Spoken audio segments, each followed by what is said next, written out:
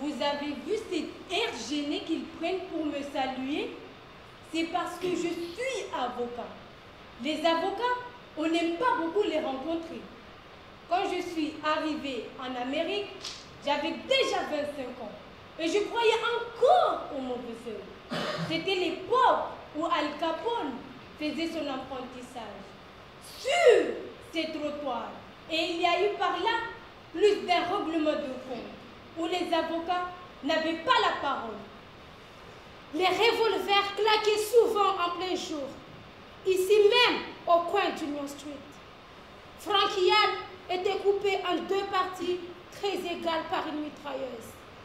C'est qu'ici, la justice a beaucoup trop compté. Je dirais même qu'elle compte davantage que la loi. Quand même, on n'est pas en Sicile, on est à la ligne rouge. On est dans les bas quartiers, face du pont du côté de Brooklyn qui regarde la mer. Sorti de ces dossiers et de cette paperasse, il semble qu'une poussière épaisse assombrisse mon bureau. Pourtant, de loin en loin, il arrive encore que l'un de ces hommes vienne à moi comme un confident. Celui-là s'appelait Eddie Carbone, un débardeur débardant sur le pont du quai de Brooklyn jusqu'à la jetée où commence la haute mer. Ici, elles se prennent pour des stars. C'est comme en Italie, surtout dans les grandes villes. Ma cousine n'a pourtant pas l'air écervelée. Qui est-ce qui t'a dit le contraire?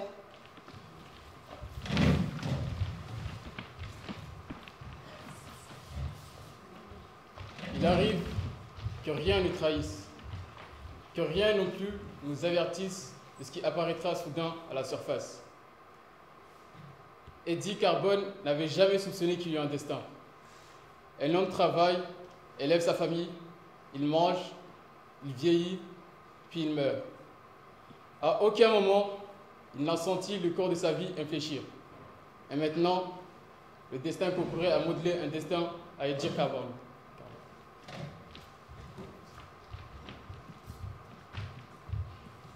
Qu'est-ce qui se passe? Allons, parle! Je t'apporte une bière, d'accord? Dis-moi ce qui s'est passé. Viens par ici, parle-moi. Je vais attendre que Béa soit là. Devine combien elle a coûté? Elle a l'air bien courte. Tu crois pas? Non, pas quand je suis debout. Je pense qu'il t'arrive de t'asseoir. Non? Que veux-tu, Eddie? C'est la mode. Si tu m'avais vu descendre la rue. Justement, je t'ai vu descendre la rue. Il faut que je te dise. Ça m'a fichu un peu l'autre. Pourquoi? Dans la rue, c'est simple. Tu marches pas. Tu ondules. J'ondule! Ne te fous pas de moi, veux-tu? Je te dis que tu ondules. Au drugstore, j'aime pas la façon qu'il te regarde. Et sur ces trottoirs et ces hauts talons, clac, clac, des tétons comme des girouettes. C'est pas tolérable. Qu'est-ce que tu veux que je fasse? Tâche de te surveiller davantage et d'être un peu plus distante. Hé, Béa, qu'est-ce que tu vas foutre dans ta cuisine? Va la chercher, veux-tu? J'ai du nouveau pour elle. Quoi? Du nouveau? Ses cousins ont débarqué. Non. Béa! Béa! Tes cousins! Quoi? Mes cousins? Où ça? Tes cousins sont arrivés! Qu'est-ce qu'elle dit? Arrivé où? Je quittais juste le chantier quand il y a Tony Berry qui est venu me trouver. Il me dit que le bateau il est dans le North River. Et on les laissera descendre sans histoire? Le bureau de l'immigration ne va pas les arrêter? Au départ, on leur a donné des papiers marins. Et personne ne peut les arrêter de débarquer. T'inquiète pas, Béa.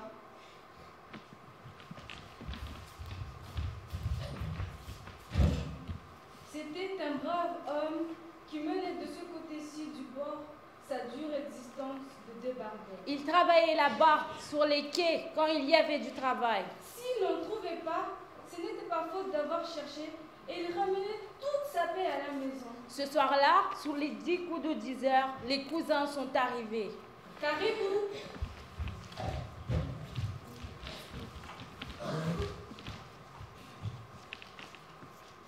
C'est toi, Marco? Entrez, entrez. On est cousins, Marco, et toi? Rodolfo. Vous voilà, tous les deux. Bienvenue. Tu es ma cousine? Béatrice. Lui, c'est mon mari, Eddie. Béatrice, si on pouvait rester ici un peu de temps. Marco, je n'ai pas besoin de te le dire, vous êtes les bienvenus.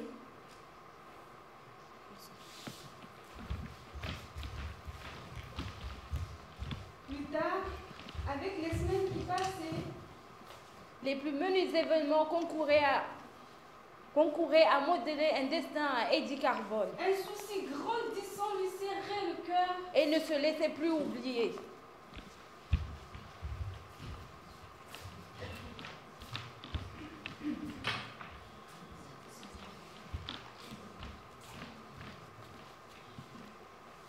Elle t'a dit quoi? Elle t'a dit quelque chose? Qu'est-ce qui ne va pas entre toi et Rodolfo? C'est pourtant un gentil garçon. C'est ça ce que tu appelles gentil garçon? Moi, il me donne la chair de poule. Allez, allez, tu es jaloux simplement. De lui? Non mais tu me prends pour qui? Je ne te comprends pas. Qu'est-ce qu'il a de si déplaisant? Tu veux dire que toi, tu es d'accord? Ça va être ça son mari? Il en vaut un autre. Je dirais même, c'est un garçon qui a du cœur et qui travaille dur. Et avec ça, pas mal du tout. À bord, pendant le travail, il roucoule. Tu savais ça? Qu'est-ce que tu veux dire? Il recule. Bah oui, quoi? Il recoule. Comme ça, on est sur le pont et tout d'un coup, il y a toute une chanson qui lui sort du gosier. Tu sais comment il appelle maintenant? La cocotte en papier. Il l'appelle le canari. Il a toute la poulette, le gars.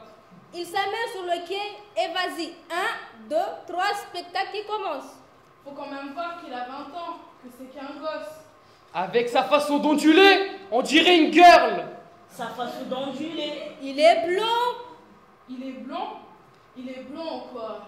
Tout ce que je souhaite, c'est que ce soit ses vrais cheveux. C'est ça, tout ce que je souhaite. Eddie, tu n'y es pas, non? Pourquoi je n'y suis pas? J'aime pas comme il est, c'est tout. Écoute, t'as jamais vu un garçon blanc toute ta vie? Et Whitetail la torée alors? Sûr, mais Whitetail là, il chante pas. Il roule pas sur les bateaux. Admettons, mais c'est elle que ça regarde. Tu ne vas pas monter la garde jusqu'à ce qu'il ait ses 40 ans. Eddie, j'aime pas ça. Tu m'attends? Je veux que ça cesse.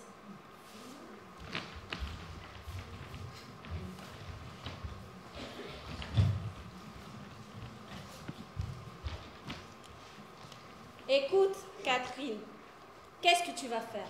Je ne sais pas. Ne me dis pas que tu ne sais pas. Tu n'es pas une petite fille. Qu'est-ce que tu as l'intention de faire? Il ne veut pas m'écouter. Et alors? Ce n'est pas ton père tout de même. Je ne te comprends pas. Qu'est-ce que je peux faire? Lui flanquer mon mariage à la figure? Écoute, chérie, tu veux te marier ou tu veux pas te marier? Qu'est-ce qui te tourmente? Je ne sais pas, Béa. Puisque ça te tourmente tellement, c'est que les choses ne sont pas ce qu'elles devraient être. Y a-t-il jamais eu un garçon qui n'ait trouvé assez bon pour toi? Il a dit que Rodolfo pourrait seulement après son passeport. Bien sûr, il inventera n'importe quoi pour te faire renoncer à lui. Un prince qui sortirait d'un conte de fées et dira encore que c'est un tocard. Tu le sais ça? Oui, je sais. Alors, qu'est-ce que tu vas faire? Quoi?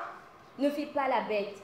Tu trouves naturel qu'il ne puisse supporter d'autres hommes autour de toi? Non, n'est-ce pas, Cathy? Faut lui faire comprendre qu'il ne peut plus te donner des ordres, que tu n'es plus une petite fille. Il le sait, Béa, que je suis plus une petite fille. Ah, tu l'as quand même remarqué. Tu aurais dû me le dire. Béa, c'est pas facile d'en parler. Tu sais tout de même de comprendre ce qu'un homme te veut. On n'est jamais sûr. Des fois, les hommes vous collent un regard drôle, mais la seconde d'après, ils ont les yeux clairs, si bien qu'on s'en veut d'avoir pu penser à des choses. Ce qui m'étonne alors, c'est que tu te conduises comme tu te conduis. J'y pense pas, Béa. Et puis quoi encore? Tu dois pas, voilà tout. C'est comme quand tu restes assis sur le bord de la baignoire à bavarder avec lui pendant qu'il se rase. En caleçon. Quand est-ce que j'ai fait ça? Je t'ai vu ce matin. J'ai eu quelque chose à lui dire. Et quand il rentre, il t'arrive de lui sauter au cou comme quand tu avais 12 ans. Mais ça me fait plaisir de le voir, je suis contente. Écoute, chérie, je ne veux pas te dire ce qu'il faut que tu fasses. Si tu peux, Béa. Oh, Béa, je suis tout embrouillée. Il est si triste maintenant. Triste, ça me fait de la peine. Eh bien, Cathy, si ça doit continuer à te faire de la peine, un jour, tu vas te retrouver vieille fille. Oh non, je ne plaisante pas. J'ai déjà essayé plusieurs fois de te le dire. Depuis 1 an, Cathy. C'est merveilleux dans une famille quand on s'aime tous. Mais à présent, tu es une femme. Et tu vis dans la même maison qu'un homme. Pense bien à ça. D'accord, je ferai attention. Parce que ça ne dépend pas seulement de lui, Cathy, tu comprends? Je lui ai dit la même chose. Quoi?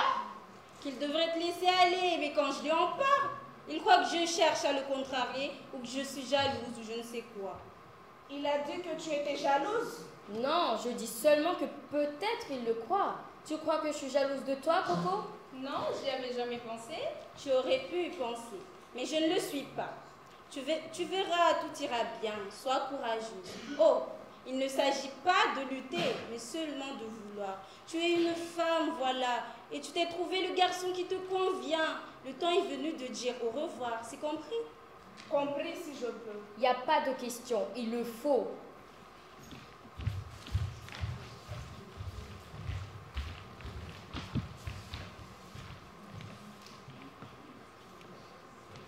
C'est à cette époque qu'il est venu pour la première fois, il y a une quinzaine d'années. J'avais défendu son père, Leonardo Carbone, dans une affaire d'accident. Je connaissais donc bien la famille. Je le revois passant le seuil de la porte. Il avait le regard d'un homme traqué. Ma première pensée a été qu'il venait de commettre un crime. Il était responsable d'un accident mortel. Mais bien vite, j'ai compris qu'il s'agissait d'une passion qui s'était installée dans son corps, comme une bête qui l'aurait tourmenté sans répit. Je ne vois pas très bien ce que je pourrais faire pour toi, Eddie. Est-ce que la justice a un rapport avec cela? Eddie, je veux que tu m'écoutes. Tu sais, quelquefois, il arrive que le ciel nous embrouille. Nous aimons tous quelqu'un. La femme, les enfants, il n'y a pas un homme qui n'aime pas quelqu'un. Mais ce qui peut arriver, c'est qu'il y en ait un peu trop. Tu me comprends? Il y en a un peu trop et ça va comme il voudrait mieux que ça n'aille pas. Un homme travaille dur. Il élève un enfant, parfois une nièce, parfois c'est une fille, et il ne se rend compte de rien. Mais avec les années qui passent, il y a trop d'amour pour la fille, trop d'amour pour la nièce. Tu comprends ce que je suis en train de te dire? L'enfant doit grandir et s'en aller, et l'homme apprendra à oublier. Ce que je te dis là ne sont pas des paroles d'avocat. C'est ce que tu me diras toi-même si tu avais tout ton sang-froid. Laisse-la s'en aller, c'est le conseil que je te donne. Tu as fait ce que tu avais à faire. Maintenant, c'est de sa vie à elle qu'il s'agit. Souhaite-lui bonne chance et laisse-la partir. Es-tu décidé à le faire? En tout cas, il n'y a pas de loi, Eddie. Mets-toi bien ça dans la tête. Il n'y a pas de loi qui empêche les jeunes gens de se fiancer.